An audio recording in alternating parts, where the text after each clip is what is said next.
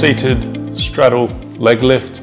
You can do it in two ways. You can scale and be on the floor to shorten the range of motion, or you can do it on a bench, going through a greater range of motion because your feet can essentially go below the floor. So ideally, the hardest version is we're going to be on the bench, feet either side pointed, externally rotated slightly, and hands in front for the harder version. We're going to lift up as high as we can, squeezing just on the top inner thighs where you should feel it. And you should be able to either really squeeze it and light it up and cramp it almost, or if you need to scale it, you can lean back to make it slightly easier. And it doesn't matter about height, it's about engagement and activation. If we want to make it slightly easier again, we can go single leg, point the toe, turn out, and we're just going to control the lift, same speed on the way up as the way down.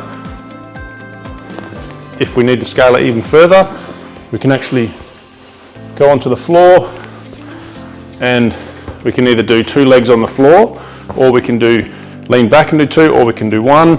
There's a few options that you have, but ideally you're pointing the toe, you're turning out, and you're trying to target just the top inside of your thigh for your hip flexors. It's a hard movement. There's lots of ways you can improve it and make it harder or easier. Figure out where you are. Engagement and activation is the key. It's not always about height or about tension, but it's about squeezing the right muscles for the job. And that is the seated leg lift.